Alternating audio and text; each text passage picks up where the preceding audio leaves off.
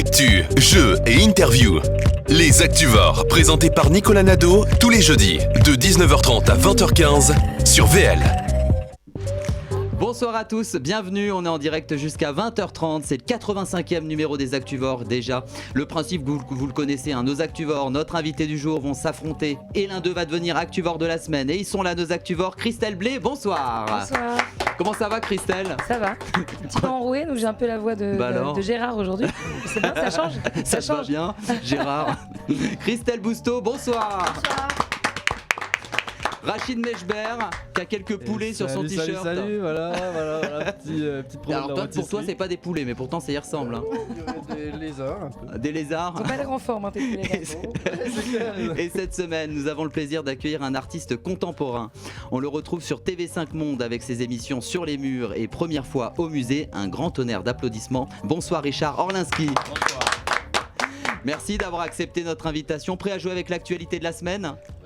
Ouais, allez, on commence tout de suite avec cette semaine les perles coulisses des JO 2024.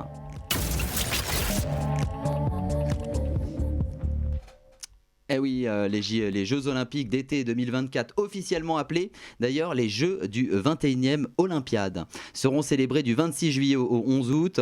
À Paris, la ville a été officiellement désignée lors de la 131e session du CIO à Lima, c'était en 2017. Et on va justement en apprendre un petit peu plus justement sur les coulisses de ces JO. À vous de deviner les réponses pour un point à chaque fois. Tous vos compteurs sont à 0 et on commence avec cette première question. Tiens, la flamme olympique arrivera le 8 mai 2024 et traversera la France pendant 80 jours. Combien de relayeurs se mobiliseront pour cet événement? Alors 100. Oh, bien plus. Ouais. 350. Plus. 1000. Plus que 1000. 2500. 2500. Plus. 6000. Plus. 7000. 6000. 10 000. Bravo, Richard Orlinski. Voilà, je peux partir maintenant. Et oui, c'est allumé. Elle va être allumée en Grèce le 16 avril. Elle va arriver dans quelle ville en premier? Alors la flamme, elle arrivera en France par bateau à Marseille, effectivement, le 8 mai. 2 points. 2 points, effectivement.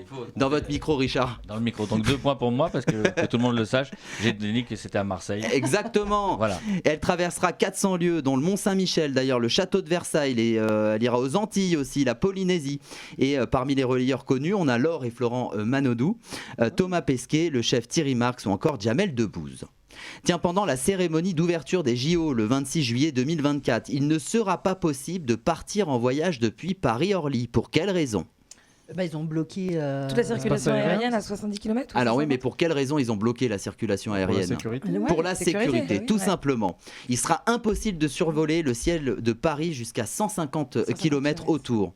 Et à part des vols de service évidemment d'urgence, des vols bénéficiant d'une dérogation accordée par l'ANME de l'air, et tous les autres, on ne pourra pas prendre aucun vol à ce moment-là. Mais à Roissy, c'est pas grave. Ouais, tout à fait. Tiens, quelle mesure a été décidée pour éviter les grèves pendant les JO? Parce qu'évidemment, c'est ce qu'ils redoutent. Elle redoute la ville de Paris. D'augmenter les tickets de transport. 4 euros, oui. Ça sera doublé. Non, c'est pas ça. Non. Mais c'est pas pour ça. Je pense non. que ça... C'est pas la question. En fait, pour éviter que les gens fassent grève, qu'est-ce qu'ils ont décidé? Une augmentation de leur salaire. Et donc une prime, exactement. 600 euros, non, c'est pas ça. Alors, on aura les policiers, il y aura quand même 30 000 policiers qui seront mobilisés quotidiennement. Donc déjà, il y a déjà des négociations en ce moment qui sont faites entre le ministère de l'Intérieur et les syndicats. Le secteur de la santé aussi, parce que là, évidemment, c'est vraiment pas le moment qu'il y ait un manque de personnel, même si toute l'année il en manque. Une infirmière recevra 1 200 euros bruts, un médecin 2 500 euros bruts, donc de prime en plus. Et évidemment, les transports, grosse angoisse qu'il y ait des grèves à ce moment-là. Il y aura une prime de 15 euros par jour qui sert pour l'instant de base pour le pourparler. D'accord. Voilà. D'accord. Pour mettre ça toute Et vous l'année. n'allez pas faire grève? Vous n'êtes pas dans un secteur qui va faire peur au JO. Richard, on va pas faire grève à ce moment-là. Faire grève, comme on sait jamais, il y a les gendarmes aussi, il n'y a pas que les... Il y a aussi les gendarmes, effectivement. Voilà, tout ça est en pourparlers pour l'obtention de primes. Du 20 juillet au 8 septembre 2024, le prix du ticket de métro, effectivement, va augmenter. Actuellement, c'est 2,10 €. Il augmentera de 5 centimes au 1er janvier. Mais combien vous coûtera-t-il pendant cette période? 4 euros et 70 € par semaine. JO, et 4 €. Ce sera du 20 juillet au 8 septembre 2024. Plus possible d'acheter d'ailleurs des Navigo jours et semaines. Ce sera fini. Pour pousser les gens vers le semaine. Non, il y en a qui vont acheter maintenant, qui vont acheter plein de trucs à l'avance. Ouais, je pense. Ce serait même le mieux. Ils préconisent ils achètent avant. Ouais, c'est ce qu'il est mieux de faire. À la place, ce sera un Pass Paris 2024 créé. Alors 70 € la semaine, effectivement, contre 30. Forfait illimité à la journée, le forfait 16 € exactement. Un tarif dégressif aussi. On aura 30 € pour 2 jours, 42 pour 3, jusqu'à 10 € la journée au bout de 7 jours. Tout ça pour aller dans les sous-sols. Et alors, ils expliquent, évidemment, il faut le justifier cette hausse. Comme les transports vont être surchargés et blindés, etc. Voilà. J'espère qu'il y aura plus c'est pas que pour ça. Et vu de l'augmentation de la fréquence, notamment. Non, c'est pas que pour ça. Mais non, c'est parce que normalement, ça devait être financé par le comité olympique et ça n'a pas été financé. Et effectivement, ça ne devait pas augmenter. Effectivement aussi. Voilà. Ils nous ont menti. Tiens, quel est le rôle de l'INSEP ? C'est l'Institut national des sports, de l'expertise, de l'expertise et de la performance dans la préparation des JO. Ils servent à quoi en ce moment ? Qu'est-ce qu'ils font, l'INSEP ? Ils entraînent leurs sportifs. Exactement. Et est-ce que vous savez combien de disciplines ils vont, justement sur une quarantaine de disciplines, combien ils vont en former ? 20, un petit peu plus. 25, un tout petit peu 23, plus. 27, 27 disciplines s'entraînent tous les jours en ce moment, et ça carbure dans les coulisses. Et certaines disciplines, alors elles sont pas basées à l'INSEP, comme le cyclisme notamment, le triathlon, mais l'INSEP est toujours en lien avec les différents. C'est répondre. Ah non, je dis pas. Ah oui. Pourquoi moi ? Je sais pas. On fait des points. Alors c'est où l'INSEP ? Je sais pas. J'aurais aucune idée. En Ile-de-France. Ah ouais. Voilà. Je me doutais bien que vous deviez savoir. Je sais, je me suis entraîné en tant que sportif de haut niveau, donc c'est normal. Exactement. En tout cas, plein de points gagnés. On continue cette émission avec Info ou Infox ? Allez.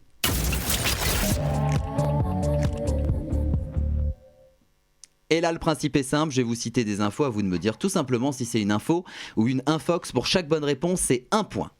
Tiens, l'entreprise Popol Pull a créé des vêtements pour habiller l'intimité des hommes quand il fait froid. Info ou infox ? Info, Richard ? Ouais. Info. Christelle Bousteau, info. Il faut mettre la capuche. Rachid Mechberg, info. C'est une info, effectivement, c'est une info. Tiens, on va le voir d'ailleurs. Pour l'hiver, sur le site popolpull.fr, il existe justement toute une gamme de pulls pour toutes les tailles de Popol.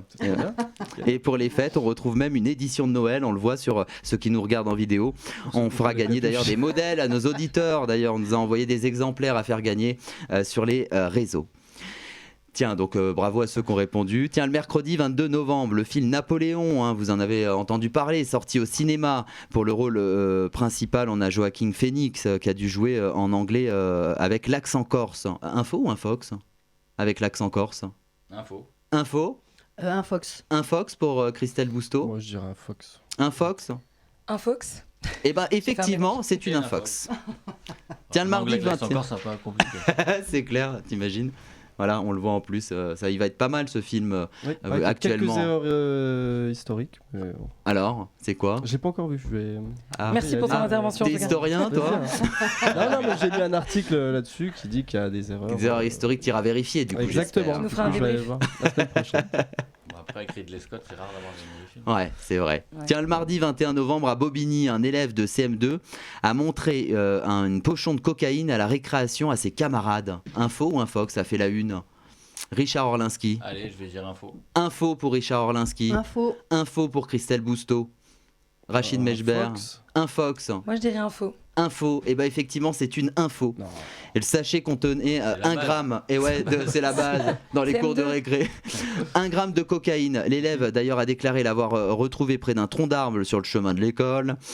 Selon les témoignages, selon les témoignages, d'ailleurs personne n'a touché ou ingéré le produit, ni l'enfant ni sa mère sont connus des services de police, mais la procédure a donc été classée sans suite. Voilà. Tiens, Etina Lopez, une influenceuse mannequin virtuelle créée par une intelligence artificielle, et elle gagne 10 000 € par mois quand même. Info ou infox ? Info pour Richard Orlinski. Christelle Blé, info. Rachid Mechber, info. Et bien effectivement, c'est un designer espagnol, Ruben Cruz, qui utilise justement l'intelligence artificielle pour rendre des modèles virtuels aussi réalistes que possible. Elle a 25 ans, elle a les cheveux roses, des formes justement modelées par le fitness. Et en quelques semaines, cette Barcelonaise s'est faite un nom sur Internet grâce à ses photos. Et d'ailleurs, son agence a déclaré: nous l'avons fait pour pouvoir mieux vivre et ne pas dépendre d'autres personnes qui ont un ego, qui ont des manies ou qui veulent simplement gagner beaucoup d'argent en posant. Voilà. Qu'est-ce que vous en pensez, Richard? C'est plutôt cette intelligence artificielle justement pour devenir influenceur maintenant sur les réseaux. L'intelligence artificielle, l'intelligence artificielle, bonsoir le micro, c'est très intéressant, on peut faire plein de choses avec, après bon il y a des limites quoi, c'est sûr que là franchement ça dupe un peu, effectivement. Il y a un peu à côté quand même, le fake est quand même très exacerbé dans le... C'est super bien. Mais c'est super bien fait. C'est super bien fait parce que vraiment on l'imagine pas quoi. En plus comme tout est virtuel, c'est les réseaux, donc les gens justement rêvent face aux réseaux. Ils s'en fichent que ce soit un humain ou pas. Ouais, bien sûr en fait. C'est ça, c'est devenu ça en fait. Tiens, depuis le samedi 25 novembre, une compagnie de bus espagnole propose à ses passagers de voyager dans la soute à bagages pour des billets 3 fois moins chers que les places assises. Info ou Infox? Infox, Richard Orlinski, Christelle Blé. Propose à qui? Redis-moi juste. Aux passagers. Ouais, pour avoir justement une catégorie. Après, ça peut être aménagé. C'est l'endroit, l'endroit considéré. Il y a de l'eau, il y a des coca. Parfois, il y a des petits bancs, tu sais, près des soutes à bagages. Mais tout à fait. Bon, je vais dire info. Info, Rachid Mechber. Très joli mytho. Ouais. J'ai un Fox. Moi, j'ai envie de parler. Un Fox. J'avais pas l'air convaincant du tout. Eh ben c'est une Infox, mais il est arrivé, justement, on a pensé à créer cette Infox parce qu'il est arrivé une mésaventure à un passager lundi 20 novembre. Il était arrivé à destination, il rentre dans la soute à bagages pour récupérer sa valise. La porte se ferme et le bus redémarre. 15 minutes plus tard, justement, les portes du coffre se sont réouvertes. Le véhicule était arrivé à son terminus, gare du Nord à Barcelone. C'était un bus, j'ai compris que c'était un train. Un bus, il est resté bloqué dedans quand même. Et puis soute à bagages dans un train. Tu sais, je pensais qu'il fallait des espaces à bagages. C'est vrai, Christelle. Moi, je m'assois souvent là-bas. Tu sais, souvent les soutes à bagages dans les trains. C'est bien connu. Les trains des soutes à bagages. D'ailleurs, on va bientôt pouvoir tout à fait. Tu pas très concentré quand tu l'as eu la question. C'est ça, Allez, tout de suite, ça va être justement le moment de notre invité Richard Orlinski. C'est l'interview.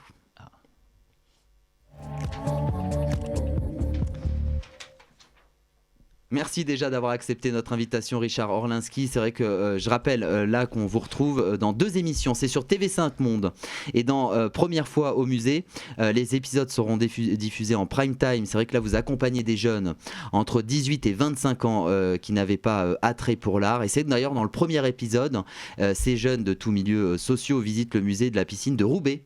Musée d'art et d'industrie. Vous présentez d'ailleurs leur présenter des œuvres comme le tableau notamment de Rémi Cogne. C'est comme ça qu'on le prononce, Combat de coq en Flandre. C'est vrai, pourquoi c'est important de faire découvrir, partager justement cet art au plus grand nombre, initiés ou novices d'ailleurs? C'est intéressant parce que souvent, l'art c'est quelque chose qui est réservé à des élites. Et on comprend pas. Et ça, c'est votre force. C'est vrai qu'à chaque fois, vous aimez partager. Casser les codes. Je pense qu'il n'y a pas de milieu réservé. C'est réservé à personne. Tout à fait. Et l'expérience, alors je ne savais pas si ça allait fonctionner, mais c'était assez étonnant parce que on a pris effectivement des jeunes qui n'avaient franchement rien à foutre, qui n'avaient jamais été au musée, qui s'en foutaient royalement. Et même au début, dans la bande-annonce, parce que j'ai regardé, j'ai visionné, j'ai fait des voix off tout à l'heure, et il disait non, mais de toute façon, Richard, il ne me fera jamais changer la vie, etc. Et quand on voit la fin de l'émission, c'est un truc de fou, quoi. Les gens, ils sont transportés, il y a un vrai truc, donc du coup j'étais pas sûr d'y arriver. Du coup le fait de pouvoir donner un accès, une lecture différente, une émotion, je veux pas raconter ce qui se passe dans le sujet, mais dans la première émission, mais il se passe des choses incroyables que même moi j'aurais jamais pensé. Et je pense que c'est important de faire partager. Alors là c'est avec des jeunes, mais c'est avec tout le monde. On s'en fout, il n'y a pas d'âge, il n'y a pas de catégorie socio-professionnelle, il n'y a pas de milieu. Je pense que tout le monde est éligible à avoir l'accès à l'art. Et aujourd'hui on a des petits milieux parisiens qui veulent qui concentrent ça. Et ils ont été attirés parce que c'est vrai que vous dites là les jeunes, il y a certains jeunes au départ ils se disent l'art, etc. Est-ce qu'ils ont été aussi attirés par le côté émission de télévision et du coup, Bien sûr, c'est alors, ça qui les a attirés à venir. Émission de télévision, ils ont regardé avec qui c'était. Bon, on a fait un casting. On a beaucoup plus de candidats que c'est pas. On n'a pas eu de mal. Bien sûr. C'était vraiment alors un casting dans la région parce qu'on va faire différentes régions. Ouais. Et du coup, non, il y en a eu. Et puis ils ont été vraiment cool. Puis en fait, ils ont envie d'apprendre, quoi. Ils ont envie, et c'est quelque chose qui fait partie de façon aujourd'hui de l'éducation. Je pense que c'est important. On voit d'ailleurs en faisant un parallèle, on voit les marques aujourd'hui, toute la crédibilité que prennent les marques avec les collaborations avec les artistes. Il y a quelque chose, c'est vraiment dans l'air du temps. Et je pense que c'est un truc qui est bien, en tout cas en bravo, franchement, c'est vrai que c'est bien cette transmission. Vous avez sorti de leur zone de confort un petit peu. Ouais, exactement. Mais même moi, j'étais choqué parce que moi, j'ai fait ça. J'ai une mission, forcément, quelque part. De transmettre, pédagogique, éducative, et puis d'essayer aussi de moi, je suis pas du tout, je suis pas le maître, hein, moi je suis comme eux, j'apprends parce que je les connaissais pas, moi, à part une des œuvres que j'ai étudiées, les autres, donc j'ai découvert comme eux, donc je viens et je rentre comme eux et je réagis comme eux. Mais vous avez la façon professionnelle de pouvoir les décrire, de pouvoir exprimer les émotions. Mais je réagis comme eux, donc moi je suis pas du tout le prof qui va dire, non, parce que moi, typiquement dans mon art, je donne pas d'ordre, c'est des émotions, t'as envie que tu lis ce que tu veux. Là, il y avait une lecture parce que effectivement, les artistes ont voulu dire quelque chose. Mais du coup, c'est vraiment très très intéressant et on voit qu'en fait, en chacun de nous, il y a des émotions, il y a des choses et on a réussi à les sortir. Et ça, je trouve ça génial. C'est génial. Même moi, ça m'a rendu un service personnel. C'est une expérience découvrir plein de choses, quoi. Mais franchement, même moi, je me disais, les musées, c'était pas mon truc. Ma mère, elle me traînait dans les musées. Bon, c'est boring. Et est-ce que vous êtes vu un peu enfant aussi à ce moment-là? Mais ils étaient vachement plus fun que moi. Ils étaient vachement plus. Moi, je pense que j'aurais été. Eux, ils étaient quand même. Il y avait une vraie motivation. Et pour revenir à ce que vous avez dit au début, pour l'émission Sur les murs, elle est aussi diffusée aujourd'hui sur Amazon Prime, sur Orange et sur Apple TV. Et oui, parce que Sur les murs. 3e saison, on vient de finir de tourner la 3e saison. Là, vous rencontrez des artistes d'ailleurs aux 4 coins du globe. On a Paris, Miami, New York, Barcelone, Londres, Corée, Séoul, voilà Japon, notamment. Tout ce qui touche justement la culture urbaine, c'est vrai que vous intéresse, comme la danse, la musique, street food, notamment street art. Justement, quelles sont peut-être les rencontres aussi marquantes dans l'émission avec un style d'art direct, brut et libre? En fait, cette émission, moi je l'ai pensée après pour le Covid, parce que on était à la rencontre d'artistes qui vivaient à travers la rue, et puis pendant le Covid, on pouvait pas aller dans la rue. Donc du coup, c'était une manière aussi de leur donner un petit coup de projecteur, et du coup, c'est des artistes émergents, et ça a permis de leur donner, de passer à la télé. C'est vachement, ils sont pratiquement, on va dire 95% n'avaient jamais fait d'émission de télé, donc avoir ce coup de projecteur. Et puis c'est intéressant parce que moi aussi là, je suis pas du tout je viens apprendre, je viens avec eux. Enfin, j'aimais vraiment comme une bombe. Il y a une vraie, on rentre vraiment dans la vie de l'artiste. On partage une journée avec lui et les spectateurs. Enfin, ils partagent aussi cette chose. Donc il y a un côté, très libre. Après, on connaît l'histoire du street art avec le vandal, l'autorisé, les murs autorisés. J'ai vécu des scènes incroyables où le mec il faisait attention, il y a les flics qui arrivent. Il y a eu quand même des trucs assez incroyables. Ouais, assez incroyables. Ouais. Et puis d'aller dans tous ces pays différents. Après, je vais pas dire que tous les artistes sont aussi intéressants les uns que les autres, mais en tout cas, on découvre vraiment plein de choses.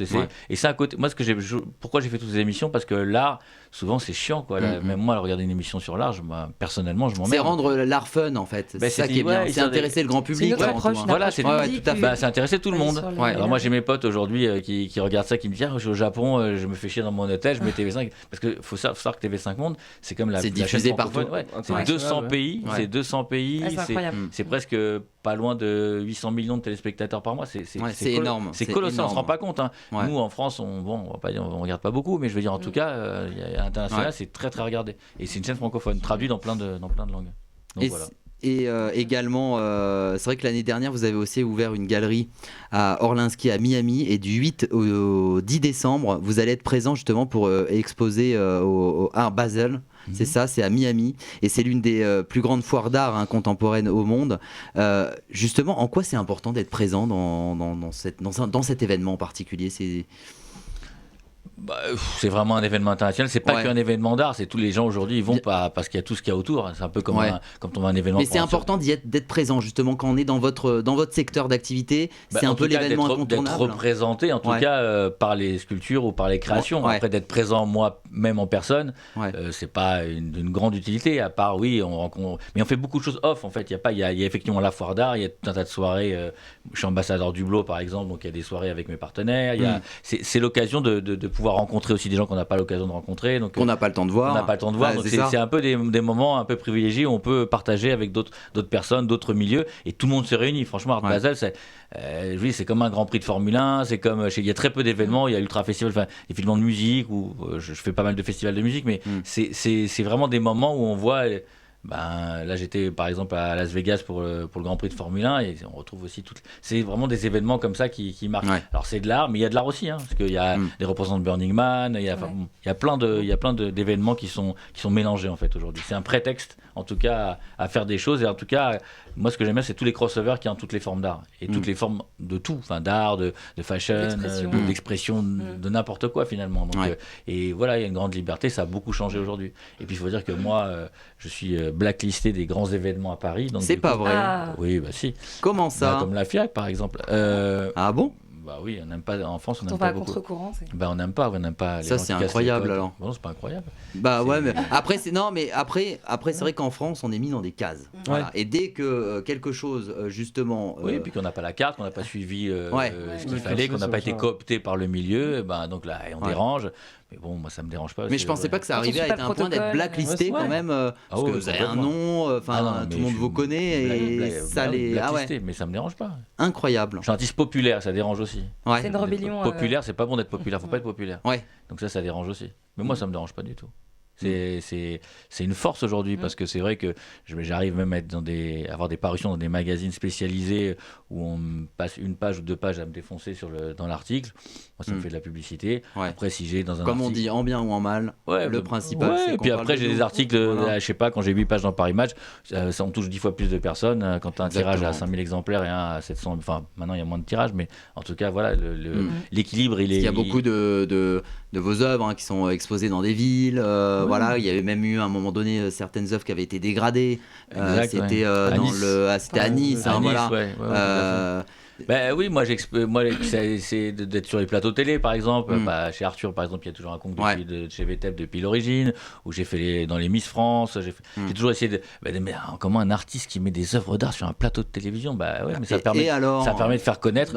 Et au début j'étais très critiqué pour ça. C'est incroyable. C'est incroyable. C'est vrai. Et j'ai vu que par contre j'ai des reconnaissances internationales. J'ai été reçu par des présidents à l'étranger et qui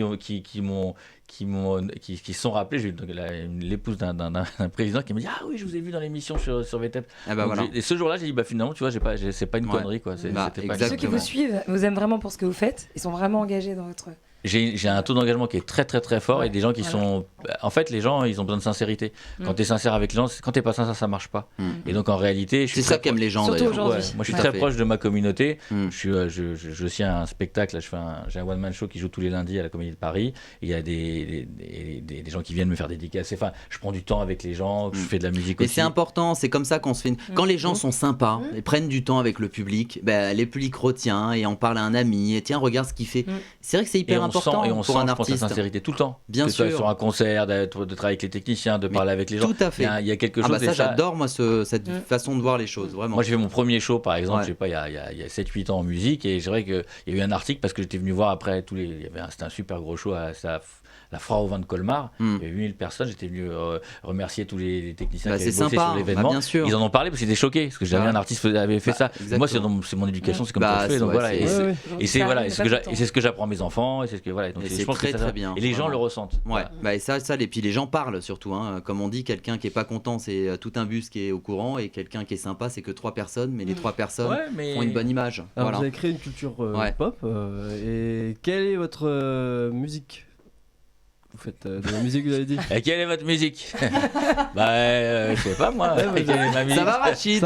C'est les poulets qui te posent ça, mes petits poulets. Ta musique, tu fais quoi toi? Sans verbe, sans sujet, sans complément. C'est ça. C'est quoi ta musique? Non, tu disais que tu faisais de la musique, c'est bon. Ouais, c'est vrai. Non, écoute, j'ai commencé par faire beaucoup d'électro. J'ai eu un titre qui a été numéro 1 de l'Airplay en 2016, disque d'or avec Eva Simon. Je sais pas si tu vois qui c'est. Oui. C'est la chanteuse qui a fait le titre avec will.i.am, This Is Love, avec la crête rouge là.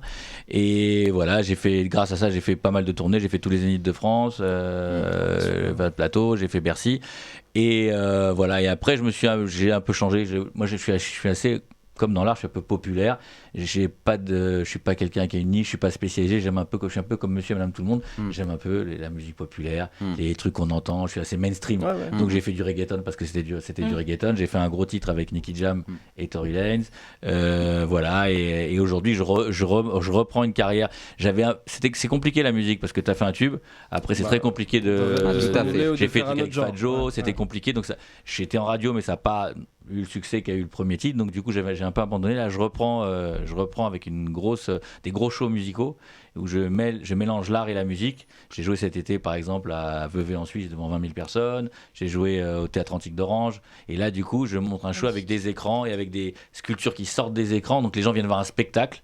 Et là je trouve que et là du coup, que mes titres ils passent en radio ou pas, j'en ai rien à faire. Et tant mieux s'il y en a qui viennent, mais du coup il y a un côté scénique et les gens ils écoutent. Et il y a d'ailleurs de plus en plus de groupes comme ça, comme Afterlife par exemple ou Pritz, les gens connaissent pas les sons, mais par contre voilà, Afterlife, personne connaît un son d'Afterlife, mais par contre ça. Et donc moi je m'inscris dans cette mouvance là avec une histoire, parce que moi j'ai toute l'histoire de mes sculptures et donc je mets en scène mes sculptures dans ces shows.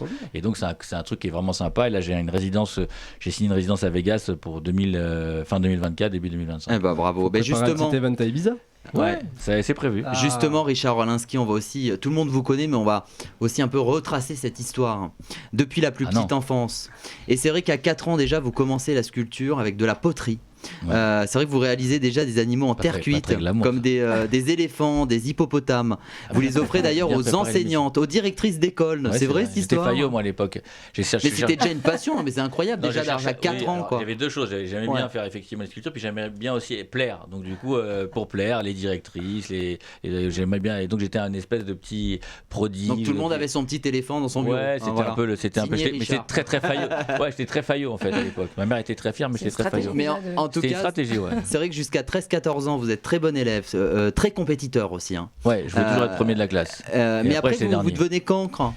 Bah oui, après je m'intéresse aux filles, aux sorties, aux soirées, aux motos, enfin à tout ce que voilà, et donc je fous plus rien, donc du coup. Donc ça a été le jour et la nuit, très bon élève et tout d'un coup plus rien envie. J'avais le foot quand j'étais jeune, j'avais le foot et les études, et après j'ai lâché tout, le foot, les études, tout, et puis après c'était beaucoup de d'écoles, je me suis fait virer toutes les écoles, toutes les écoles de Paris, j'étais impossible j'arrivais pas à trouver une école qui voulait de moi, non c'était compliqué. Vous avez expérimenté. Oui, c'est vrai qu'après à 20 ans, vous faites aussi votre première transaction immobilière. À ce moment-là, vous rachetez un bien de votre grand-mère, un commerce général avec un peu de tout d'ailleurs, puis vous rachetez des biens, vous les rénovez avec aussi, et c'est ça qui est intéressant, une vision de l'architecture d'intérieur, vous restructurez tout.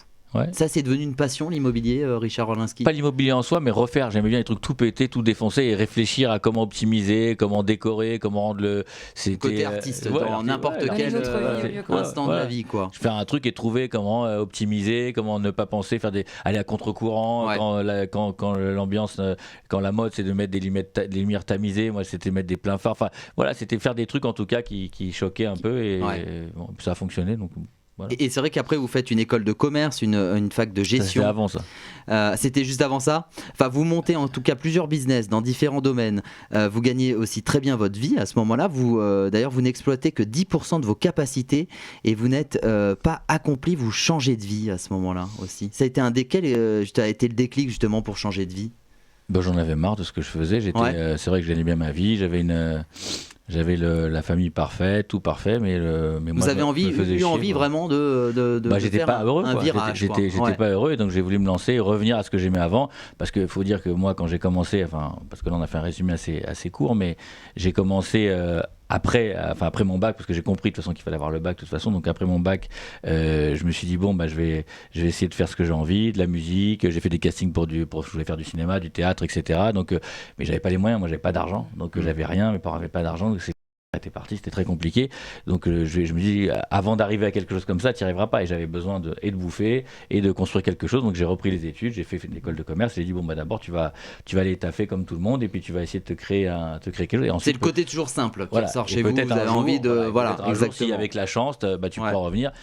J'ai eu une déception d'un casting parce que j'avais été pris pour un film, finalement, à la dernière minute, ça a été annulé. Du coup, après, j'ai dit, allez, laisse tomber, va bosser, va travailler, tu vas y arriver, c'est beaucoup plus simple. Et à un moment de ma vie, donc à ce moment-là, plus tard, j'ai dit, quand j'ai eu les moyens de le faire, j'ai dit, je vais revenir à l'essentiel, ce que j'avais vraiment envie de faire vraiment, et donc j'ai commencé par la sculpture, mais bon, j'avais plein d'autres idées, comme la musique, comme le théâtre, comme le cinéma, enfin comme plein d'autres. Vous avez remis du sens en fait dans la vie. J'ai mis du sens, mais c'était pas évident, tout le monde était contre moi, à part mes enfants, c'est vrai que les gens étaient contre moi, mais qu'est-ce que tu fais, t'as une super situation, etc. C'était un peu chaotique, je le raconte dans mon livre d'ailleurs, qui est sorti en 2017, Pourquoi j'ai cassé les codes, aux éditions Lafon. Je fais un peu de pub, 19,90€. S'il est toujours disponible, que les gens regardent à la FNAC, voilà, exactement. Donc du coup voilà, non mais donc voilà, c'était un changement de vie. J'ai fait un espèce de burn-out et j'en pouvais vraiment plus, quoi. J'entrais chez moi avec la boule au ventre, j'ai l'impression de rien faire, en fait, d'avoir une vie. J'avais monté quelque chose qui fonctionnait, mais j'ai l'impression d'être spectateur de ce qui se passait, et donc c'est très dur. Et c'est vrai que c'est aussi au début des années 2000, en 2004-2005, vous réalisez votre première œuvre, c'était le Crocodile, en résine couleur rouge vif, puis vous réalisez justement toute un bestiaire avec des gorilles, lions, panthères, pandas, éléphants notamment, avec des matériaux différents comme la résine des métaux, du cristal. Justement, résulte aussi des œuvres électriques aux couleurs pop, au style fasté, justement, et ça fait le tour du monde aussi. Ça commence à faire. On expose sur les 5 continents. On a eu des projets un peu partout. Et moi, l'idée, c'est vraiment de partager. Ce qui me plaît vraiment, c'est d'arriver à partager avec le plus grand nombre et donc d'être exposé, que les gens puissent gratuitement aller prendre des photos, rigoler, s'énerver même, comme on a pu voir d'ailleurs à Nice, parce que ça fait polémique, c'était très drôle. Mais c'est ça qui est bien, je trouve. C'est ça qui est bien, ça fait réagir au moins. Ça laisse pas indifférent. La fonction de l'art, c'est quoi ? C'est pareil, donc c'est de faire agir. Quand j'ai une grosse expo sur les Champs-Élysées, après j'expose à Concorde et tout. Alors 80% de gens qui étaient contents, mais il y a des mauvais coucheurs qui ont été portés plainte à la mairie. Alors c'est des monuments anciens, alors avec un animal. Non, t'as vraiment des relous. Mais j'ai reçu des trucs, mais c'était une violence, mais un truc de fou, quoi. Les gens, ils ont une haine qui est décuplée, qui est incroyable. Et comment vous l'expliquez ça par rapport à vos œuvres ?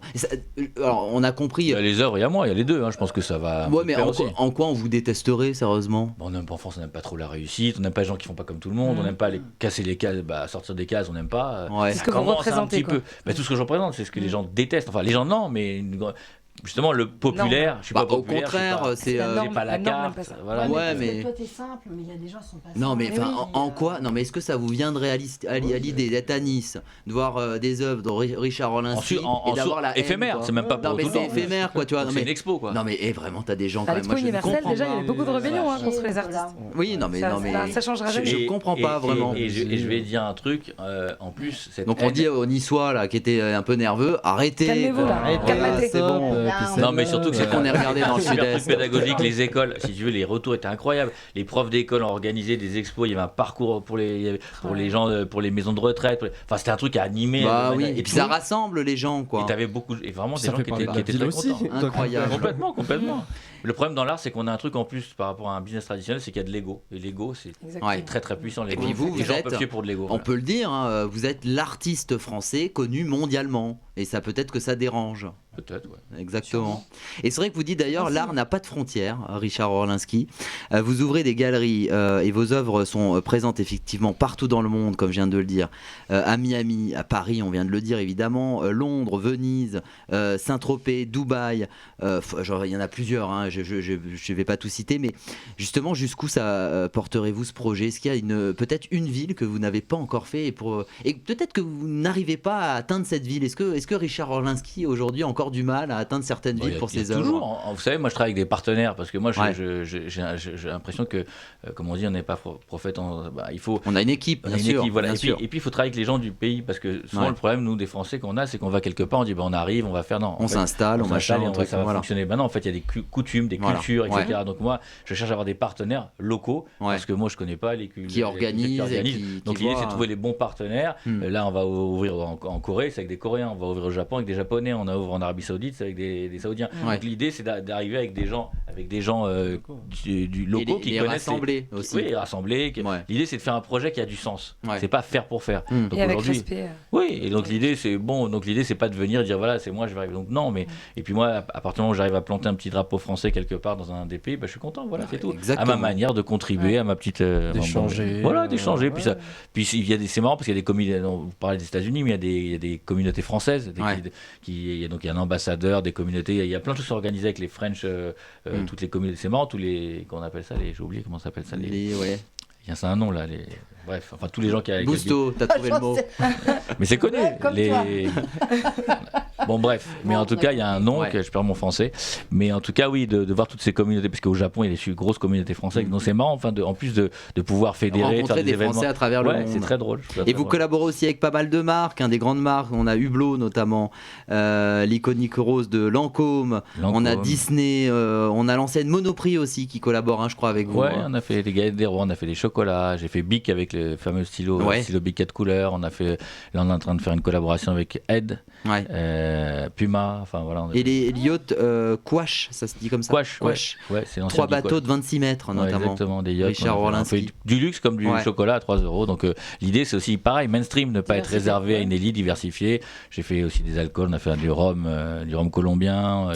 Sympa ça. Excellent. Il est partout, le gorille. Comment ? Il est partout, le petit. On essaye, ouais. C'est dans le game quoi. Parce que aussi Richard Orlinski, c'est aussi devenu une marque aussi. C'est une marque aujourd'hui. C'est une marque, déposée d'ailleurs. Je crois que le nom est déposé. Oui, bien sûr, c'est une marque. Sur beaucoup d'enseignes, c'est vrai qu'on voit dans des villes parfois des pubs, Richard Orlinski avec des objets. Il y a du shop, même. Je crois qu'on peut aller même sur votre site. Sur votre J'ai fait site, une grosse collab avec des lunettes. On a fait une très belle collaboration avec Optical Center qui a été un carton avec toutes les boutiques. On a redesigné les boutiques. Et moi, je suis surpris. Comment on peut être contre ça, sérieusement ? Moi non plus, je comprends pas. Non, mais c'est super de ramener l'art à travers toutes ces formes. Surtout accessible à tout le monde. S'il n'y a pas d'art, il n'y a pas de vie. Donc parce que voilà, les gens qui vont acheter leurs lunettes, ils ont aussi cette accessibilité à l'art. On a fait des pochettes qui étaient facettées, qui sont des sculptures. Les gens sont super contents et ça cartonne, ça fonctionne vraiment bien. Mais parce que on reste aussi avec des prix correspondants. Voilà, ça aussi, ça dérange parce que de faire aussi. Quand j'ai commencé à faire les prix accessibles avec Disney, moi Disney m'a permis de faire des sculptures, des reproductions de sculptures. Il les vendait au parc Disney à 60 €, je crois. Donc quand j'ai fait, ça fait un scandale, une sculpture à 100 €, mais comment tu peux faire ça ? Alors c'est pas moi qui les ai fabriqués, j'ai pas les moyens, moi ça m'est revenu à 500 ou 600 € de les faire, mais en tout cas il y a eu cette distribution et j'y ai pensé après, donc j'ai créé effectivement le shop avec effectivement des démocratiser vraiment la culture. On André Malrobis en fait. Mais ça dérange énormément. Mais par contre, des gens qui sont très contents. Moi je reçois oui, après il faut voir on voit le verre à moitié vide, mais il faut voir le verre à moitié plein où la plupart des gens sont contents.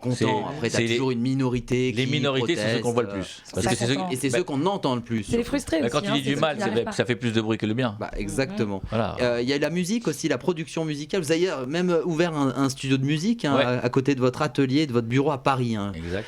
C'est vrai que vous créez aussi même un show immersif combinant votre art et musique. Et d'ailleurs, en 2023, cette année, vous enchaînez les festivals, notamment alors en Suisse, les Déferlantes ou encore le Positive Festival en partageant la scène. Vous avez partagé la scène avec David Guetta. Avec Snake, avec Martin Garrix. Justement, quelle différence il y a dans cette relation au public avec la musique ? Parce que là, on est dans un autre style d'art. Alors la musique c'est très fort aussi, c'est de voir toute cette communion qu'il y a autour de son, il y a des émotions et quelque chose de très important. Après, c'est quand même on est plus près que à part quand je fais des expositions et que je suis là, mais si je suis pas là, je suis pas forcément à côté. Bien là, sûr. on rencontre son public, donc c'est intéressant. Et souvent, j'arrive à faire des crossovers et mélanger les gens, le public qui vient pour la musique et l'art. Donc je trouve ça assez sympa. C'est assez sympa. Mais le troisième truc pour moi où il y a le plus d'émotion, c'est pas la musique, c'est la scène. Parce que quand je suis sur scène dans un petit théâtre de 200 places à Paris et que les gens rigolent et qu'on a un échange direct, t'es sans filet, il n'y a pas de répétition, t'es pas devant des platines, voilà. Et ça, au niveau adrénaline, pour moi, c'est le truc le plus fort. Et puis t'es vraiment avec les gens, quoi. Et quand tout à fait. T'as vraiment de l'émotion. Et là, tu ressens, en tout cas en tant qu'artiste, il y a une émotion qui est très forte. Et on a des festivals aussi qui mélangent art et musique. Ouais, complètement. Allez, maintenant on a plongé dans nos souvenirs. Premier rétro-souvenir, on est en 2016. Airbot, votre premier titre, hein, c'est comme ça, pardon c'est pour pas l'anglais. Airbot, c'est Heartbeat. C'est le battement de cœur. Heartbeat. C'est l'anglais de Nico, ça. Mais Heartbeat. Mon anglais. Mais Airbot, ça C'est pas qu'avec vous, vous savez. Des robots avec de l'air, peut-être. Ouais, Heartbeat, pardon, votre premier titre avec Emma Simons, certifié disque d'or. Mais c'est bien, je les mets en valeur, mes invités. C'est vrai. Allez, on regarde tout de suite un extrait. I don't wanna hold back, I don't wanna let you in. Where there's a heartbeat sound, where there's a heartbeat,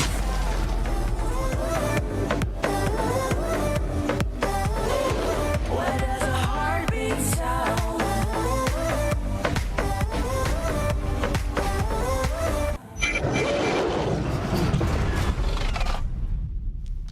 Et il faut le dire quand même, 9 millions de vues hein, sur votre chaîne YouTube.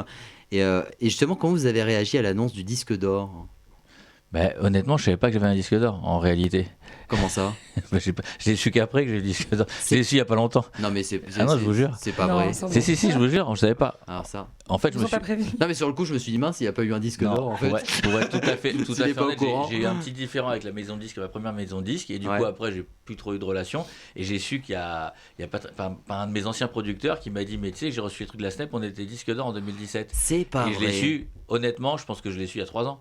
Non. Ouais, j'ai su genre 3 ans. Et c'est mon premier, c'est marrant parce que c'est mon premier son, j'avais jamais sorti de son, premier son disque d'or, mais je l'ai su genre il y a 2-3 ans, donc je n'étais pas au courant que j'ai le disque d'or. Ça c'est marrant. Et surtout que c'est beaucoup plus compliqué parce que alors que les gens attendent ça, tu vois. Et puis tu parles aujourd'hui de vues, mais aujourd'hui à l'époque c'était beaucoup plus compliqué de faire des vues. Maintenant il y a des streams, c'est complètement mais à l'époque fallait acheter, c'était pas les CD, c'est encore sur iTunes, mais il y avait des CD, mais c'est sur iTunes, etc. Mais donc c'était des achats. Et aujourd'hui tout est calculé par rapport à des streams, donc c'est beaucoup plus compliqué d'avoir enfin c'est pas plus compliqué, mais enfin c'était différent, on va dire, voilà. Donc ça veut rien dire aujourd'hui, les 8 millions, les 9 millions, peut-être qu'aujourd'hui ça serait 50 ou 60. 50, voilà. Tout à fait. Deuxième audio souvenir, là on est en 2019.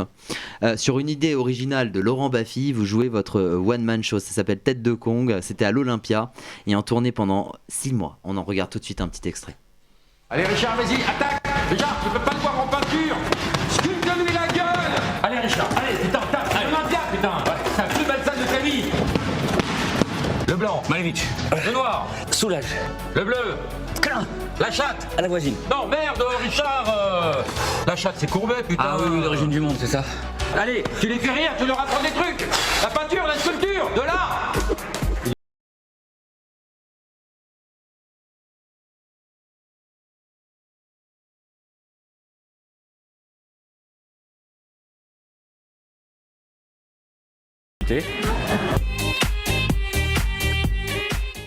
Incroyable quand même. Et c'est vrai qu'on vous retrouve aussi en spectacle hein, dans Richard Rolinski, vous l'avez dit, hein, c'est encore moi. Là c'est à la Comédie de Paris hein, jusqu'à la fin de l'année. Ça vous a apporté quoi la scène ? Parce que là encore, c'est vrai que vous, à travers votre art et justement votre métier et toutes ces cordes à votre arc, vous avez, c'est un public totalement différent là que de la musique. Et c'est peut-être un public même plus compliqué. Quand même, hein. Beaucoup plus compliqué. Beaucoup plus compliqué. C'est super dur de faire. C'est hyper dur parce que parfois on a des salles qui rigolent, des salles qui sont fatiguées. Et bah faudrait avoir quand même la pêche, quoi. J'ai pris des fours, des bouillons, tout ce qu'on peut.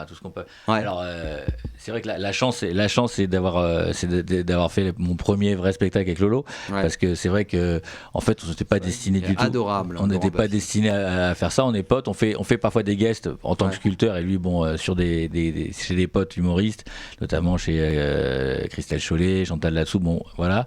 Et l'idée, alors Richard, t'as vu, on était partout. Et donc du coup, Lolo il me dit, tiens, ça serait bien de faire un truc sur l'art. Et donc c'est parti comme ça. Et en fait, non, c'est vrai que c'est très difficile parce que en réalité, j'ai joué une fois. Bon, bref, à Versailles, c'était une répétition. Et ensuite, je suis parti. Il y a Kev Adams qui est venu, qui m'a proposé de faire un festival avec lui, avec Magid Berilla, avec Caroline Vigneault, avec Fari, enfin tout un tas d'humoristes. Et en fait, dans mon spectacle, c'était complètement impossible d'extraire quelque chose. Donc, il a fallu que je fasse écrire un texte. J'ai fait écrire un texte par des auteurs dont je tairai le nom. Et j'ai pris, c'était une catastrophe parce que c'était les blagues pour c'était on parlait d'érection, choses comme ça, etc. Et le public de Kev, ils avaient 16 ans, quoi. Ouais. Donc, si tu veux, j'ai joué mon premier vrai spectacle devant 900 personnes. Il y a personne qui rigolait. Ah. Et donc c'était incroyable. juste un truc. Et C'est une erreur de stratégie. Ouais. Non, parce que je connaissais rien. Moi, Kev il me dit tiens, viens, j'ai un truc, j'ai un festival. Bah, moi, c'est mon premier truc. Ouais, j'ai un festival, Mais par 900 rapport personnes. au sujet, ouais, oui. Et au Mais non, mais marketing. moi je savais pas. Je savais pas. Moi, j'ai pas. Tu crois que j'ai fait le truc, c'est mon premier truc. J'ai pensé. Bah, c'est un festival. Alors, il y a eu le premier soir, c'était Kev, et le deuxième soir, c'était plus généraliste. Mais le premier soir, moi, d'où j'allais penser. Moi, quand je demande à des humoristes de m'écrire, je pense que c'est leur métier. Ils savent de quoi il s'agit. Moi, je connais rien. Moi, je viens de commencer là-dedans. Donc, c'était une catastrophe incroyable. Farid me dit, moi j'ai commencé avec 3 personnes, toi t'as commencé avec 900, bravo. Mais par contre, genre vraiment terrible. Le lendemain, je reviens, Kev, et il y avait John, les Jam, il y avait Bambi qui m'écrivent des trucs à la rapide pour pas justement avoir le même problème. Évidemment, moi c'est pas mon métier, donc j'oublie tout. J'oublie carrément tout et j'arrive, je me trouve sur scène, et encore pire, carrément j'ai des blancs. Et à un moment, je sais pas pourquoi, 30 secondes, je sors une blague parce que j'étais en instinct de survie, je sors une blague et les gens commencent à rire. Et là, j'ai dit, c'est ça que je veux faire. Et c'est à ce moment-là, c'est ce truc, ces 2 échecs cuisants qui m'ont fait. Et ensuite, il y a Caroline Vigneault qui m'a beaucoup aidé pour démarrer. Et c'est pour ça que je me suis accroché, j'ai continué, j'ai pris encore des.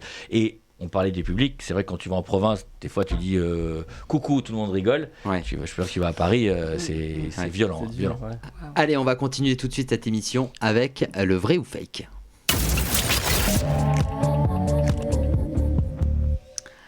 Alors maintenant, chaque Actuvore va lire une anecdote sur notre invité Richard Orlinski et doit deviner si c'est un vrai ou fake. En cas de bonne réponse, vous pourrez voler un point à vos camarades. Même chose, notre invité va lire un vrai ou fake sur un des membres de notre équipe. En cas de bonne réponse, il pourra voler un point aux Actuvores. Et on commence avec toi, Christelle Bousteau. Alors, une œuvre de Richard Orlinski est sur le plateau de Vendredi, tout est permis. Tu penses que c'est vrai ou fake ? Je pense que c'est vrai. Et c'est... Bah vrai, parce qu'on l'a dit tout à l'heure. On va la voir d'ailleurs. Fastoche. Fastoche. C'est ce qu'on voit ça. Effectivement, donc tu peux. Je vole un point à Rachid. Donc un point de Rachid part chez Christelle. Christelle Blé. Alors, Richard Orlinski, j'ai du mal à dire le nom, a fait une collab avec les stylos 4 couleurs Bic. Et oui, on l'a dit tout à l'heure. C'est que des questions qu'on a dit en fait. Et donc tu voles un point à qui ? Je vole un point. On le voit d'ailleurs. Allez, un point de Rachid, il a le compteur qui va. C'est toi le. Ah d'accord, ok. Si c'est pas l'invité. Un point de Rachid repart chez notre autre Christelle Blé. Rachid Mechber pour voir s'il va rattraper un point. La plus grande œuvre de Richard Orlinski mesure 100 mètres. Tu penses que c'est vrai ou fake ? Ah, ça doit être vrai. Et c'est fake. Mais putain, Décidément, ton compteur va rester à 0. Ouais, Richard Orlinski, un vrai ou fake derrière votre feuille sur un ou des membres de notre équipe. Alors, ma chère Christelle Bousteau et monsieur Rachid Medjer sont associés dans la création d'une nouvelle application qui s'appelle Art Team. Les passionnés. C'est vrai ou fake ? Écoute, il a parlé d'art tout à l'heure, il avait l'air branché, pourquoi pas. Et c'est complètement faux. Merci, hommage, Richard. Ouais, mais comme j'avais tellement de points d'avance, ça compte pas beaucoup. Ça va l'ego. Allez, tout de suite, celle qui a dit.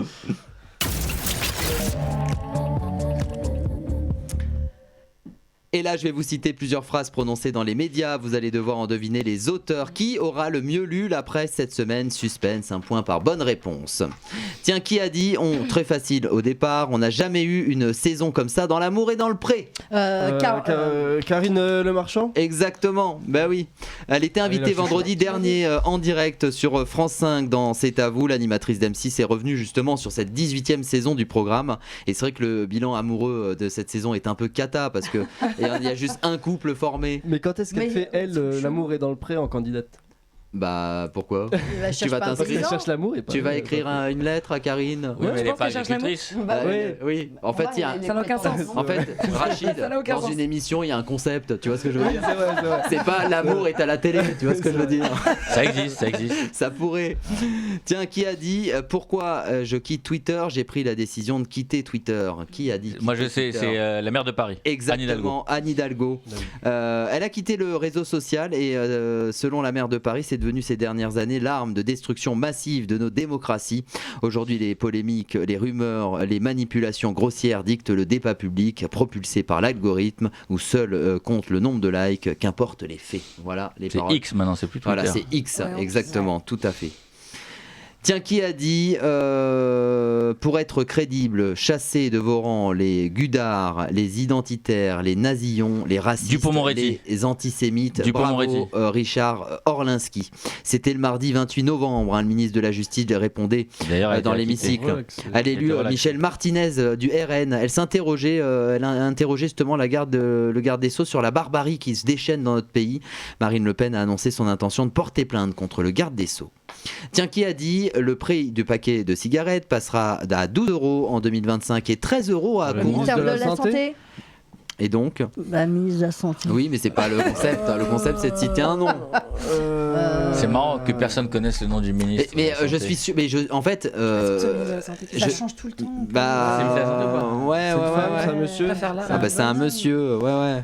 Bon, allez, je donne la bonne réponse. Aurélien Rousseau. Merci. C'est le ministre de la Santé Ouais. Et ouais, c'est le ministre de la Santé. qui a remplacé Olivier Véran. Exactement, Du qu'a coup, on a le présenté. point ou pas? Ah bah non, ouais, non, faut pas déconner. Un programme national pour relever le défi d'une génération débarrassée du tabac dès 2032.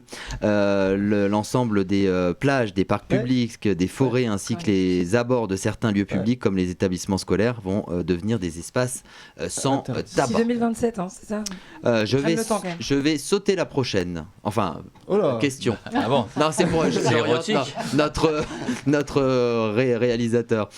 Tiens, qui a dit bienvenue dans l'heure des pros aujourd'hui, l'ami Pascal Pro est souffrant, c'est donc moi qui vais tenter vainement peut-être de le remplacer dans cette belle émission. C'était le sommaire de Pascal Pro. Qui a remplacé Pascal Pro cette Malik semaine? Bentala. Mais non, oui, il y a eu C'est une vidéo, effectivement, mais il a été Non, souffrant ça va. cette semaine, Pascal Pro. Bah, Allez, posez des questions, c'est quelqu'un Bah, de connu. Moi je l'ai vu en plus, j'ai Euh, oublié. Eh oui. Morandini. Non. J'étais surpris. Ouais, j'ai vu le truc 2 secondes, j'ai dit C'est c'est une bizarre, femme, il y a ça pas va de- faire un portrait. C'est une femme, c'est un Est-ce homme. que c'est C'est une femme, Nicolas? C'est une femme. femme. Et Est-ce qui qu'elle est travaille animatrice donc sur dans CNews? l'émission. Laurence Ferrari. Laurence Ferrari, Ah. bravo Rachid Mechber. Voilà, Laurence. C'est elle qui a animé justement l'heure des pros, tout à fait, sur CNews. Elle a évoqué dans un tweet, donc justement Pascal Pro a évoqué dans un tweet sur X la raison de son absence. Il a écrit la grippe est là, hélas, mais ses effets diminuent. Merci pour les messages de prompt rétablissement, prenez soin de vous. Tiens, qui a dit j'étais à 2 doigts de me jeter par la fenêtre? Qui a confié Un ça cette chanteur semaine? Non, Un acteur, non, c'est quel... journaliste. Un Non. politique, non. Non. On a parlé un influenceur, d'un. Oui, enfin, et plutôt une agente d'influenceurs. Magali Berda. Bravo. Ah. Et oui, elle était présente au tribunal Partage le correctionnel point. de Partage le point. Paris Ben, depuis il y en a que pour connaître, le 27 novembre. Et dans le cadre du procès la visant plusieurs de ces cyberharceleurs, Magali Berda a vu son honnêteté être remise en doute par l'un des avocats des prévenus le mardi 28 novembre, un moment très difficile pour elle.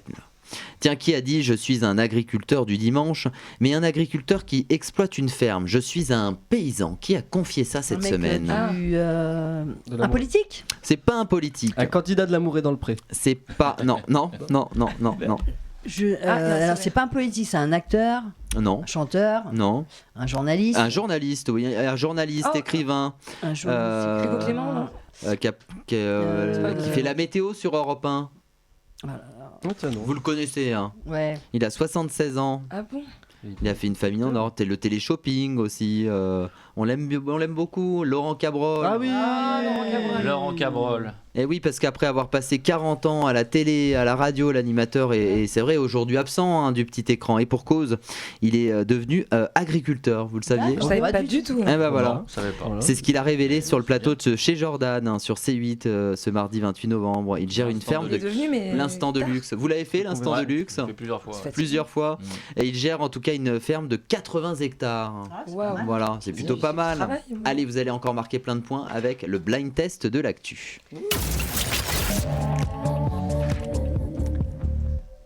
Alors là, le principe est simple, je vais vous faire écouter 2 extraits de chansons. À vous de me dire à quelle actualité ça fait référence. Donc on diffuse des petits extraits de musique avec des paroles, et ces paroles peuvent faire penser à une actualité de la semaine. À vous de deviner la réponse à la fin de l'extrait. Je sais que t'attendais que je dise ça. Non, Pas du non, tout. pas du tout. Parce que t'aimes bien quand je dis cette phrase, généralement. Tu me fais remarquer d'ailleurs quand je le Oui, dis pas. tout à fait. Et on commence avec ce premier extrait. Les portes du Dupond-Moretti. pénitencier Hein bientôt vont se Johnny. fermer. Bien sûr, Et c'est toi. ce que je finirai ma vie comme d'autres gars l'ont fini. Alors, à quelle actualité ça peut faire référence? La prison. La prison. Effectivement, mais qu'est-ce qui s'est passé en prison? Il y en a un qui s'est fait tuer, celui Non. de. Celui Il n'y en a pas qui s'est fait poignarder? Non. Non, c'est pas ça. C'est pas sur ça. Non, mais c'est pas ça. Non, c'est pas ça. C'est pas ça. Il y a eu une évasion? Non, non, non. Ils vont refaire. Je donne un indice, c'est Ah, il y a eu la quelqu'un qui allait justement visiter un proche. Vous n'avez pas entendu? Non. Ah non. Ah non. Je vous donne la réponse du coup. Ouais. Ouais, vas-y. C'est une femme qui a été enfermée dans un parloir de prison. Vous n'avez pas entendu Non. ça? Quoi? Non. Elle visitait un proche. Elle a passé la nuit du 15 au 16 novembre enfermée dans l'un des parloirs du centre pénitentiaire d'Orléans, Saran, dans le Loiret. La jeune femme d'une vingtaine d'années a été oubliée lors du dernier tour à 16h30 et retrouvée à 7h du matin. Oh bah génial. Là, c'est volontaire ou pas? Ouais. Demandé. Et voilà, la direction justement interrégionale des services pénitentiaires a qualifié ça d'erreur humaine. Pour le syndicat, cette malheureuse histoire est le reflet du manque de moyens, sous-effectifs et surpopulation. Et elle a reçu un Oui, chèque de 5 000 €. Ouais, c'est ça. Allez, on continue tout de suite avec ce deuxième extrait. Il palpite si vite quand je chante aïe aïe aïe. Je veux que le monde entier nous voit exister quand je chante aïe aïe aïe. Alors là, c'est pas les paroles, c'est Ah. la musique en elle-même qui est une actualité. C'est pas le. J'arrive pas à la reconnaître. Merde. Comment ça s'appelle? C'est pas merde en tout cas. Non. L'Eurovision. L'Eurovision des enfants. Non, alors c'est pas l'Eurovision, l'Eurovision Junior. Junior. Ah bah, Ah, oui, voilà. Merci. Et c'est la chanson qui représentait aussi. 2 points Ah pour oui, Christelle la France Bousteau. qui a Je l'ai gagné. dit aussi. Et oui, la 21e édition À du Nice. concours de chansons où les candidats en lice d'ailleurs sont âgés de 9 à 14 ans. Ça s'est tenu dimanche après-midi à Nice. Voilà. Et voilà, Nickel. ancienne demi-finaliste de The Voice, Zoé Closure, 13 ans, a remporté l'Eurovision Junior 2023 dimanche en devançant l'Espagne et l'Arménie. Elle interprétait justement ce titre qu'on a entendu, Cœur, une chanson au rythme pop parlant justement du harcèlement scolaire. Voilà, bon, bravo à elle. Super. Et bah plein de points marqués. On continue avec le qui suis-je.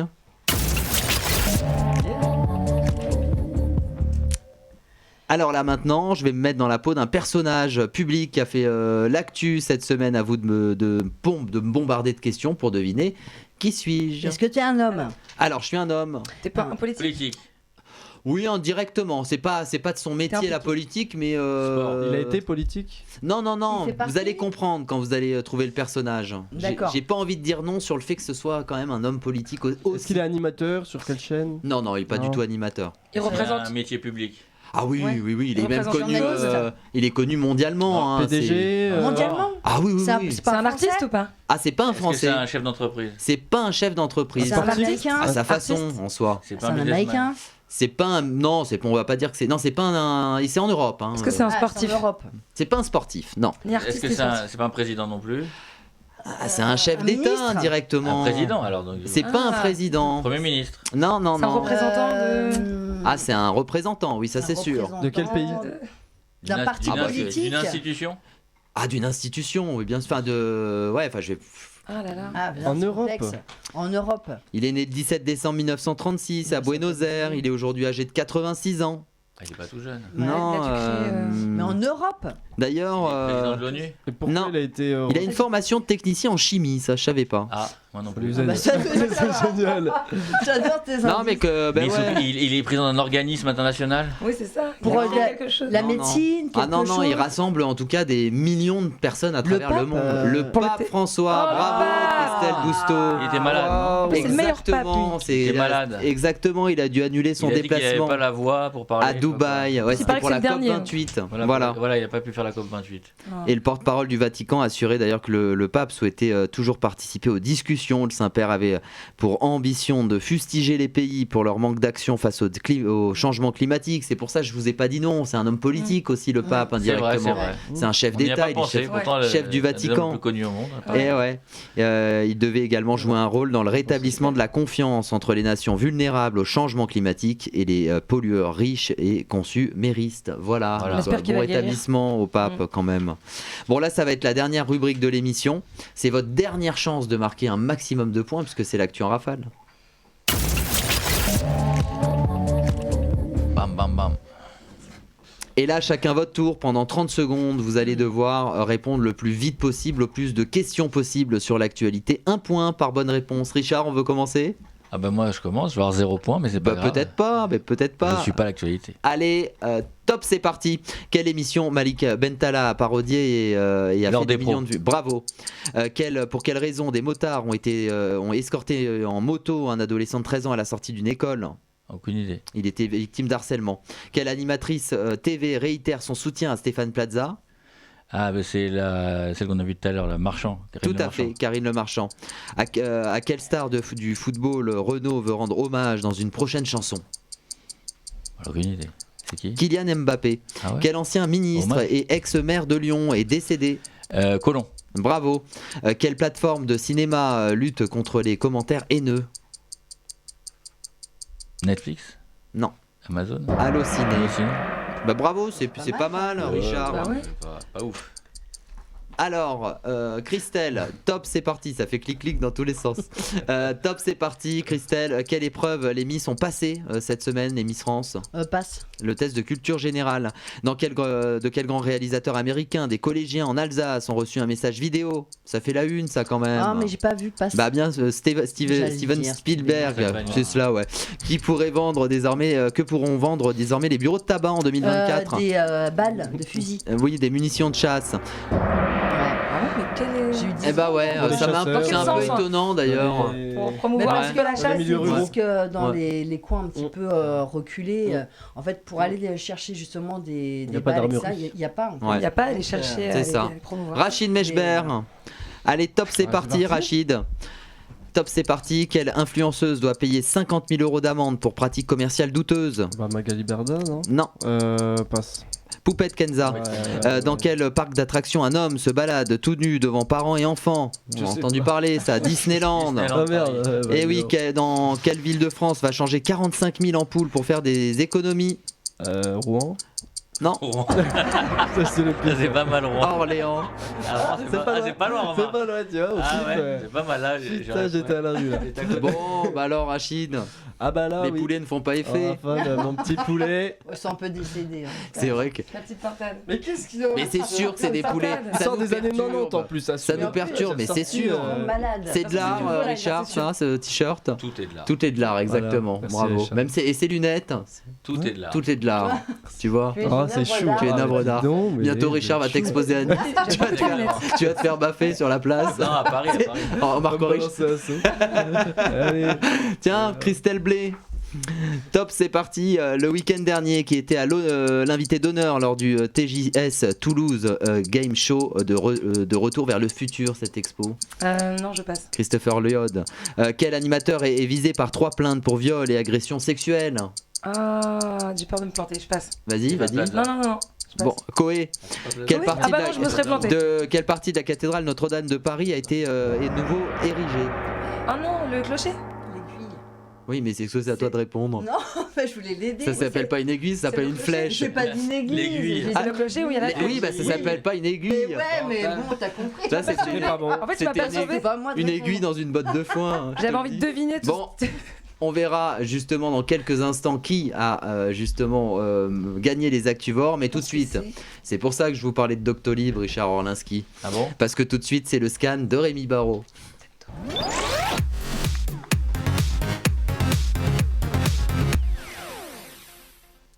Eh oui, toutes les semaines, justement, notre Rémi National scanne les invités de la tête aux pieds, tel un médecin. Est-ce qu'il va apparaître, notre Rémi Barraud? Je suis là. Ah bah je suis là, voilà. Nicolas. Voilà, Doctolib. En direct du Il est cabinet. beau, notre Rémi Barraud. C'est à toi. Alors, Richard Orlinski, pour vous découvrir un peu plus avant la fin de cette émission, je vais vous scanner de la tête aux pieds.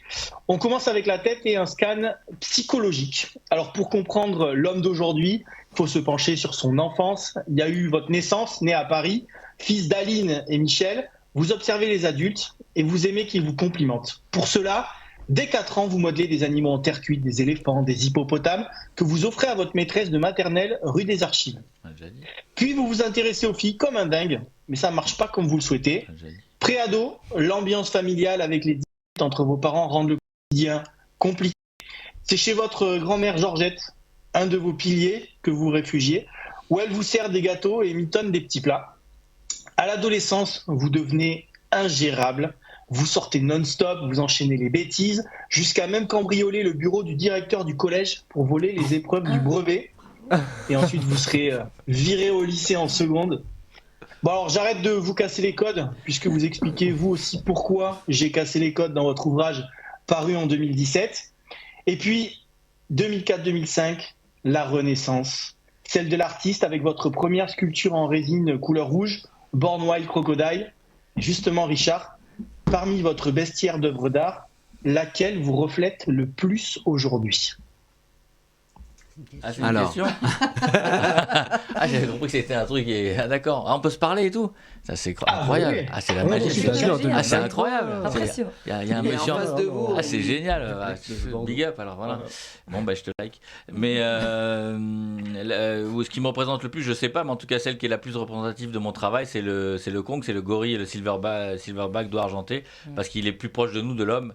C'est en fait un monstre avec un grand cœur. On aimerait tous être, je pense, un King Kong, peut-être sans les poils, mais sinon, je pense que c'est un truc. Est-ce qu'il y a un modèle en particulier, celui avec la terre, celui avec le baril? Non, celui, ouais, tout simple, celui qui représente et qui ressemble le plus au film, en fait. Parfait, très bien.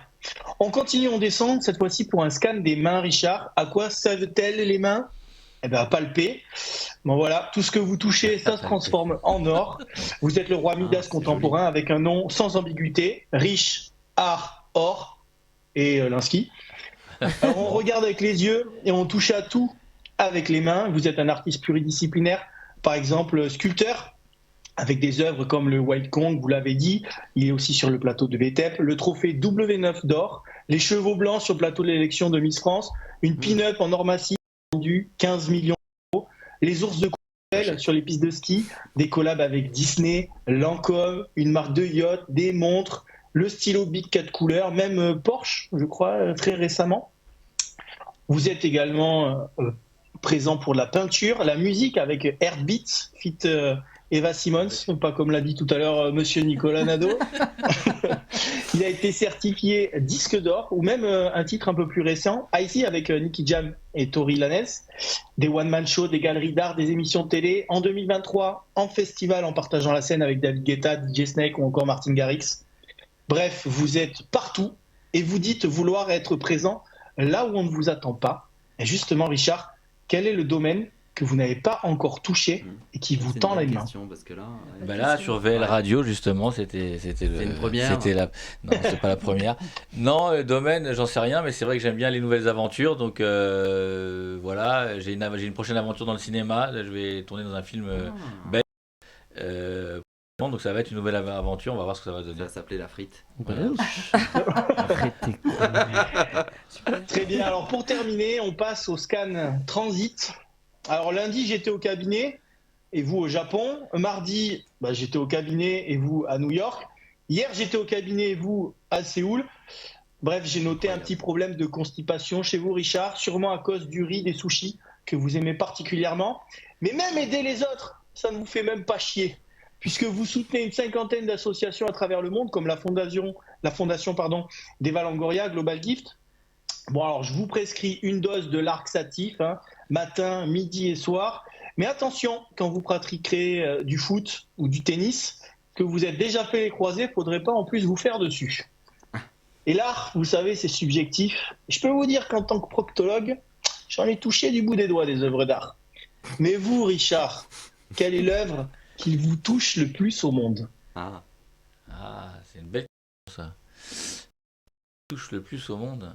Je sais pas si j'étais vraiment touché par une œuvre. En tout cas, il y a beaucoup d'œuvres qui me touchent. Peut-être les vôtres aussi. C'est pas c'est peut-être d'avoir un dégo de dire ça, mais quand on met beaucoup de sentiments et d'émotions. J'ai envie d'y répondre. Oui, t'as raison, parce que j'ai envie de dire que comme je crée pour les autres et que je crée pas pour moi, exactement. C'est pas un truc personnel. J'ai rien à manifester. C'est pour faire plaisir aux autres. Bien sûr. T'as répondu à ma place, mais c'est vrai. C'est bien. Je donne cette réponse. Voilà. Parfait, écoutez, le scan est complet, Richard Orlinski. Les résultats sont tombés. Vous êtes une boule à facettes. Alors, elle n'est pas dans votre collection, mais c'est à mon sens la plus belle des œuvres en polyèdre.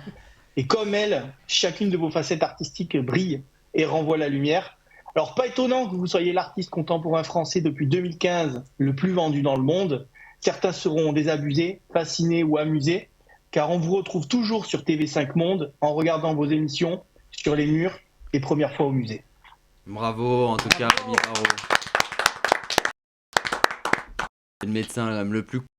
Ouais. Vraiment, bah oui. Prescription à la fin, laxative. Voilà, après, il y a l'ordonnance, voilà.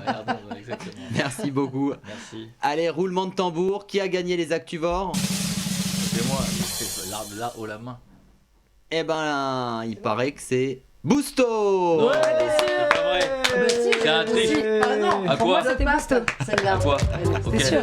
Ok. Alors, elle a 1 ou 2 points, je pense. parce que- Avec combien de points? Alors, Le pape et compagnie. allez, viens nous dire les points. C'est parce que ce qui est marrant, c'est que Aujourd'hui, dis la Je vérité. m'inscris en faux, j'apporte un démenti Aux formel. auditeurs, c'est que cette semaine, c'est le frère de Christelle qui prend les points. Bizarrement. Oh 13 points pour 13 points pour Christelle. Et là, tu me dis, bon, moi j'ai beaucoup de plus, beaucoup, et non, beaucoup de points en plus. J'avais 1 ou 2, moi. Ah non, ça. Rachid. Rachid. C'est pas grave. Moi j'ai très peu de points aujourd'hui. 6 points, Christelle. Bah, c'est plutôt pas mal. C'est le début du bonheur. Voilà. Merci bien. On est insulté. Et justement. Humilié. Ah, mais ça fait 2 émissions de suite. Pour descendre Ouais, aussi enfin bon. un peu de C'est moi. bien. Là, t'avais un nickel. huissier de justice cette semaine qui était ton frère. Ouais, mais il a fait. Est-ce qu'il n'a pas inversé les 2 points? Ah, bah Non, non, il a voilà. fait- Ah, je Non, mais sais, c'est bon, on a je compris. plaisante. Hein, ouais. Merci d'avoir pris les, Merci les beaucoup. points en tout cas. Merci en tout cas Richard Orlinski d'avoir accepté notre invitation. Je rappelle qu'on vous retrouve dans 2 émissions sur TV5 Monde, dans Première fois au musée et Sur les murs. Très belles émissions qui rassemblent justement les jeunes et ça on aime. Et du 8 au 10 décembre vous serez présent pour exposer au Art Basel. C'est comme ça qu'on le dit? Basel, ouais. J'ai exagéré l'accent pour essayer de Mais en fait, Art Basel, ça vient de Suisse, c'est de la ville de. Ouais, c'est- Art Basel, alors d'accord. à la base. Parce que c'était à Miami. Ouais, mais c'est Art Basel Miami, mais en réalité, Basel, l'origine de la foire, elle est en Suisse. Ah mais je savais pas. Très L'origine, c'est intéressant. Basel Suisse, l'original. Merci en tout cas d'avoir accepté notre invitation. Un clin d'œil à la rédaction: Romain Gaspard, Rémi Barraud, Margot Besson, Karine Nadeau, notre réalisateur Robinson. Et on se retrouve pour un prochain numéro le jeudi 14 décembre, pratiquement juste avant Noël. On y sera. Prenez soin de vous. Actu, jeux et interviews. Les Actuvores, présentés par Nicolas Nadeau, tous les jeudis, de 19h30 à 20h15 sur VL.